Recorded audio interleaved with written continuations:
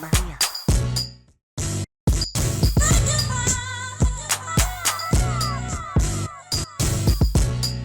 Maliyah.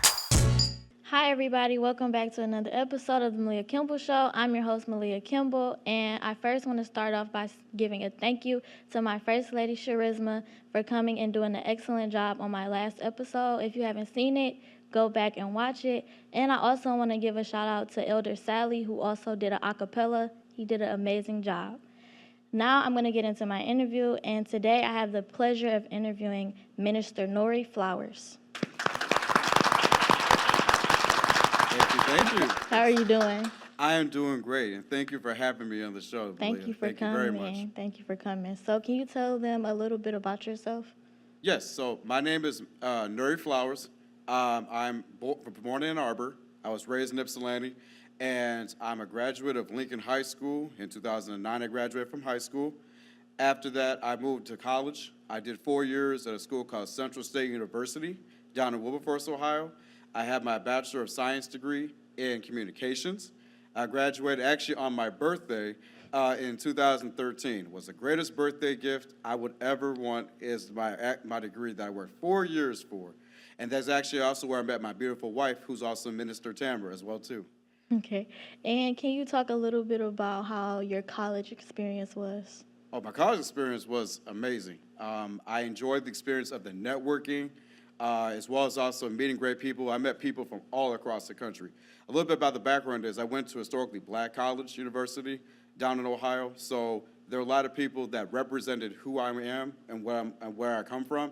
But a lot of them came from out of state. People as far as like D.C., California, all across the country, coming into this one little small country area outside of Dayton, Ohio, which for those who don't know Dayton, Ohio is nothing but country. But it was great. It was a great experience. I did a lot of networking. I joined a lot of committees. I joined a ministry group on campus. I joined a fraternity also too on campus. So I was all around leader when it came to being a part of the community. And you spoke about how you're a minister. Can you talk about how you were called to be a minister? Yes. So I remember actually after graduating from college, I came back home and started working a part-time gig actually. I started off at Home Depot. I wanted to make some extra money, and I was also doing an internship for a radio station because my background is in communications. So I did some internship work with a radio station, and it was great. I liked it.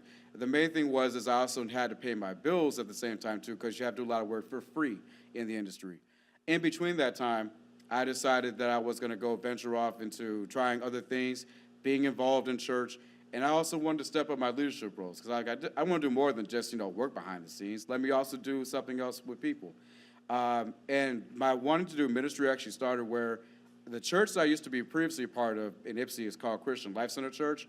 The pastor at that time and his wife were the youth ministers, and they allowed me the opportunity to be able to speak with them. It was back in, I want to say the fall of 2016 or 2015, if I remember correctly.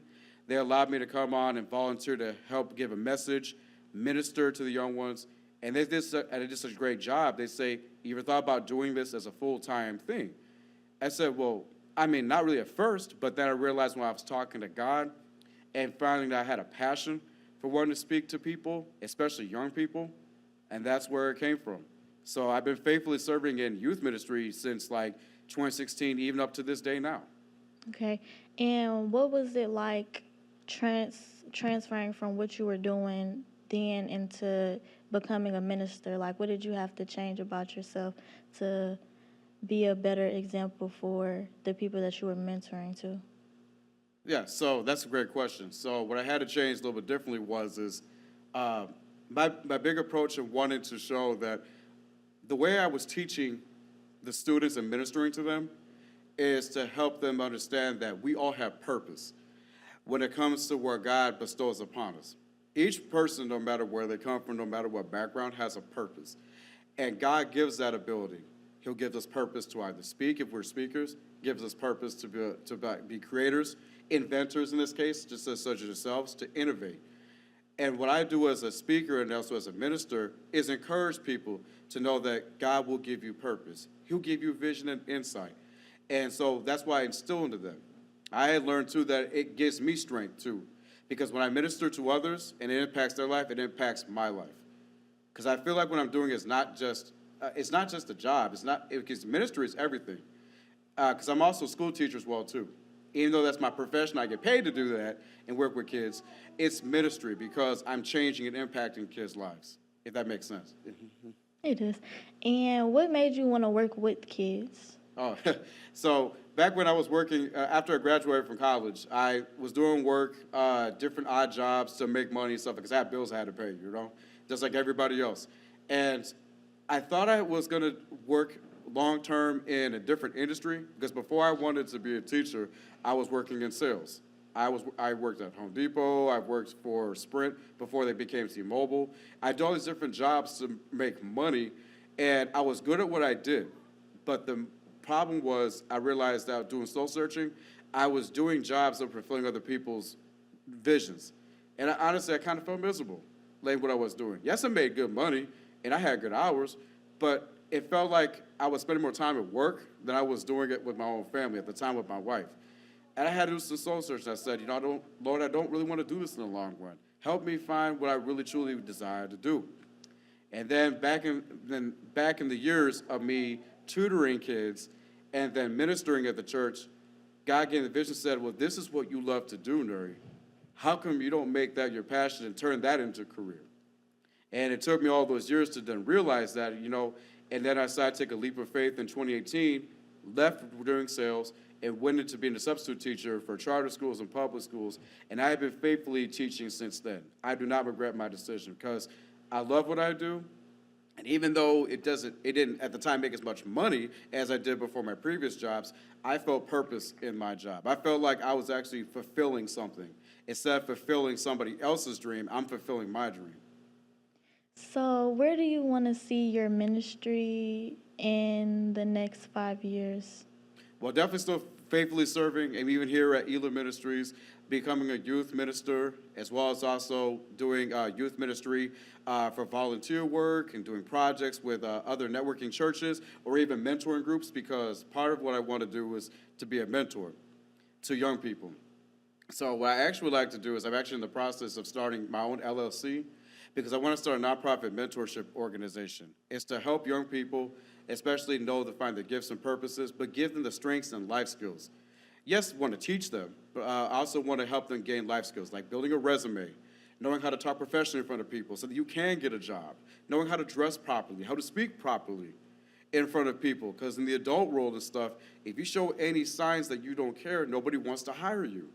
So what I want to do is instill that from what I was given as a kid and pass it on to somebody who may not have had that privilege or may have not have had that support and give it to them because I want to make this world a better place. So, if someone wanted to become a mentor per se, what are some things or like some tips you may have for them? Definitely, but when it comes to being a mentor, definitely know that what you do is a part of your life. And never look at it as just a hobby. Look at it as something that actually is a big part of your life because you're making it a difference to somebody. You're making somebody think to themselves, hey, if he's saying, I know that God has made me to be somebody. And as the Philippians 4:13 tells us, I can do all things through Christ who strengthens me. If I say that to myself and somebody's listening to this, and they say that, hey, you know what, God, I may be struggling with a lot of situations. I may have gone through a lot of trial and tribulation, whether it's because of my upbringing, my childhood, or the personal struggles that I have to endure with. But I know that if I'm trusting Him, have my faith in You, and I get support from people that steer in your direction to build a relationship with You, Father, then yes, I know that I have purpose. I know I can find that purpose. And I want to say that too for the record to anybody else who's listening out there. Whenever you do something you love to do, let it be known that God gave it to you for a purpose. Nobody should just do a job or do something just because. It should be something fulfilling to you. It should bring you personal satisfaction. It should bring you spiritual satisfaction, mental, physical satisfaction. People have to work so that they can live. Nobody should ever live to work just to serve someone else's purpose. You know? Mm-hmm. Yeah. And with your everyday life, how do you make sure that your relationship with God is strong? Oh, every day, absolutely. like I said, what I do is when it comes to ministry and also when it comes to teaching, it's a part of my life forever. It was something that I will never fully retire from because even though I may retire as a teacher eventually 30 years down the road, I will never retire from mentoring or teaching or encouraging people. I'm a person who believes in full involvement when it comes to rebuilding the community, when it comes to reaching out, doing outreach programs. That is a part of my life that I will do until the very day that I leave this earth. And that's why I love doing what I do, whether I'm paid or not for it, because it's fulfilling to me.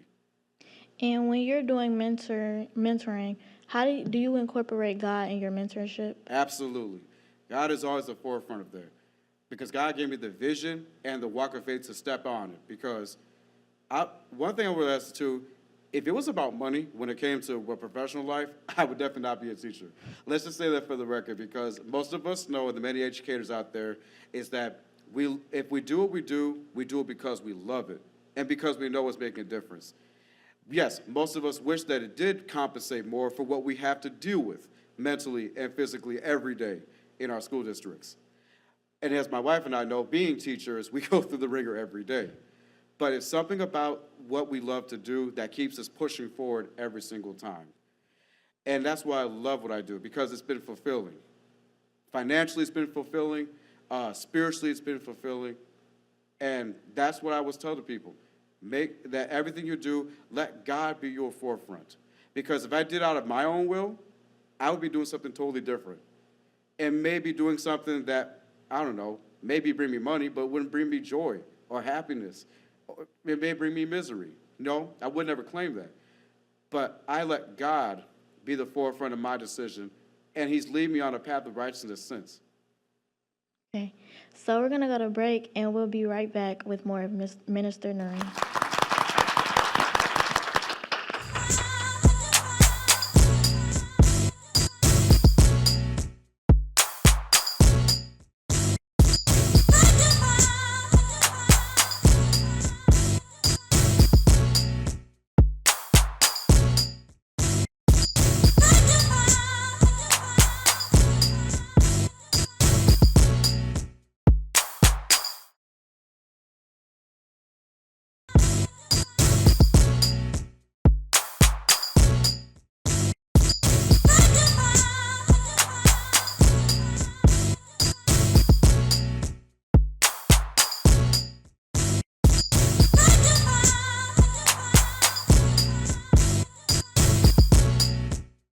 Okay, guys, if you're just now tuning in, I've had the pleasure of interviewing Minister Nuri Flowers. And for my next question, I want to ask you, what called you to be a teacher? That's an excellent question. Thank you. What called me to want to be a teacher was after I graduated from college, I thought for the longest, I'm like, I got this degree, I'm in communications, I want to go into being a news anchor, I wanted to be a radio DJ, I wanted to do all those things that I thought would be cool at. Because a lot of the people in my life were encouraging me to do it because I'm so good at like speaking publicly, as well as also have the voice for radio. A lot of people said so. It's like, I liked it. I liked the encouragement. I was like, you know what? I think that maybe this is what I want to do. I did 4 years in college for it. Then after that, I was like, I did work and it felt like it was good and I liked it, but it wasn't satisfying, if that makes sense. Because we had to do, like I said, in the industry, you have to do a lot of work for free to work your way up so that you can get to making those big dollars and stuff. That's like with anything. You have to pay your dues, no matter what you do. Professionally, you got to pay your dues, sometimes do a little bit of work for free to get that reward of getting the money. And I liked it and I enjoyed it, but then it was just like, it didn't feel satisfying. It just felt like I was just doing a bunch of different things and it didn't really feel like I was happy and like I wanted to do more in a way. So then what I decided was when I was in college, I actually was a tutor on campus too as well. So I had colleagues of mine that I would get paid to tutor for in different subjects. I've always been big on advocate for education. So it helped my fellow classmates, or we have study table groups and stuff. And then the university paid me to be a tutor on campus. And then I decided to take the expertise in church and then add that to working with young people. So I started with volunteer work, but I did such a good job. And then parents would actually insist on paying me because I did such a good job. And then from there, I'm like I said, that epiphany I had, after coming into leaving sales and wanting to be a teacher, I said, well, I should have been a teacher a long time ago. Like, because I love what I do. It's fulfilling. It's satisfying. Like, I'm happy. Do I get stressed out? Absolutely. But yeah, that's anything you do in life has stress. But it felt gratifying. It felt like I was doing something I was called to do. So I took that leap of faith, and in 2018, I had left the last company I worked for and decided to go full-time into teaching. And I've taught at charter schools. I've done public education. I used to work in a child care center for about 3 years, even during COVID. I was working in preschool.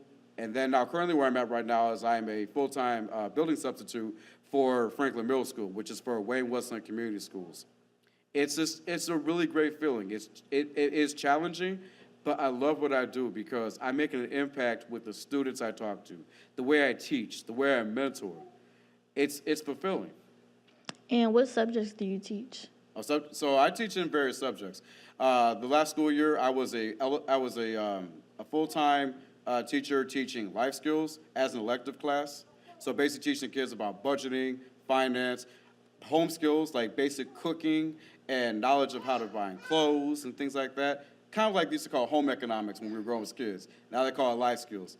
And then I also did some assistance with supporting other classrooms. So when teachers were out on vacation or maternity leave, what have you, so I'd come and fill in for those classrooms.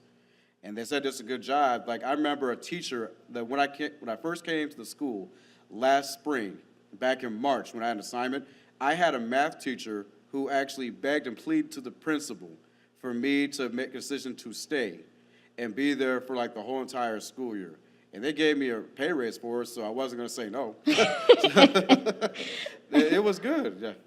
Yeah. Okay, and earlier you talked about volunteer work, so could you give us a little bit of background on the volunteer work that you've done so far? Yes. So, yes, volunteer work-wise, I volunteered for different charity groups, too, as well. Many years ago, I used to work for Big Brothers Big Sisters from high school, a little bit of college time, too, as well.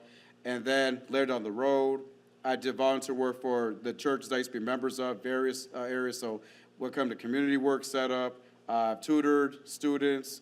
I've helped out in soup kitchens. I've also helped with different healing ministries and healing crusades, which for those that don't know, it's where you go into the neighborhoods and then you talk to people just like randomly out there in the public. And you say, hi, I'm Minister Nuri. I represent such and such church. And not taking up your time, I know you're busy, but do you mind if we give you a word of prayer? Or do you mind if we just talk to you a little bit about the goodness of God and stuff? And people say yes or no and stuff. And actually, they received it so well that like the prayers actually did help. And a hug goes a long way too as well. A lot of times in this world, we have a lot of people, like I said, in our culture, it is so fast-paced. In America, you got to constantly keep going to work, getting things done, paying these bills, take care of your family. It's a never-ending cycle of so much things. And it's so much stress that people go through. But the thing about this, though, you can find peace when you have the voice of God and when you have the knowing and the ability to know that you're surrounded with love from people that show you that. And that's actually what the whole entire world needs to know, is that God is love. If we have more love being given in this world, especially into our culture, the atmosphere would be totally different. We wouldn't be having war. We wouldn't be having anger. We wouldn't have corruption in our government. So I pray that changes. And it takes us, a body of Christ, to do that. Okay, and for someone who may be struggling to find something that's fulfilling to them, what are some tips or some advice that you may have for them? First thing with that is when you're trying to find your purpose in what you want to do, and whether it's for to be famous, or whether it's to have a platform, or if it's something you want to do honestly, just to say, I'm good at this. Always pray every day and night that God allowed you to do that for a purpose. And if it feels like that it's rare for a reason, and you're gaining something from it every day, then that's when you have purpose. A lot of times, even in adult life, we do things that we have to do because, hey, we got to survive out here, stuff like that. Some of us have to work jobs where we got to pay our bills, and some things that we do don't pay enough. So we have a second job or a third job to help cover that, to make the income, right? But at the end of the day, you also want something that's fulfilling. If you have one great job, one great thing that you're doing that gives you financial stability, It gives you the benefits you're looking for. If it's taking care of your family, if you're starting a family, if it's taking care of you, first of all, as a person, and you feel like you're happy with what you do, then that's when you know that you found your purpose. And also the other thing too is that if you're doing something that's adding value to yourself, not just doing something because someone else told you to do. Like I'm the kind of person where, yeah, I can have a 9-to-5 job that takes care of me all the way through, and I'd be happy with that. But I know me personally, as a minister, I desire to do more and want to do more because I know I'm capable, and God knows that I'm capable of doing more for myself or for my family or for my community. So I can never stop serving. You know what I'm saying? So that's also the beautiful thing about it too, is if you believe that you're called to do something into serving or to give back and make a difference in things, then God will give you those tools and resources in the form of people or in the form of organizations that will allow you to do that. Or also give you the vision to start your own. Because I know people love what they want to do, but if you love what you do, don't do it for free. Okay, thank you for coming. I really enjoyed all the things that you shared. They were very helpful. Thank you for coming. Yes. And I want to say this too, also too, for everybody else who's out there, for the record, that anything that you love to do, any platform that you have, if it's adding value to you and to other people, and it's spreading positivity in God's message, you're doing absolutely everything that God wants us to do. So thank you for having me out here, Maliyah. Thank you. Thank you. Thank you guys for tuning in. Make sure you guys like, comment, and subscribe. And I also want to give a good luck to Team USA in the Olympics in Paris.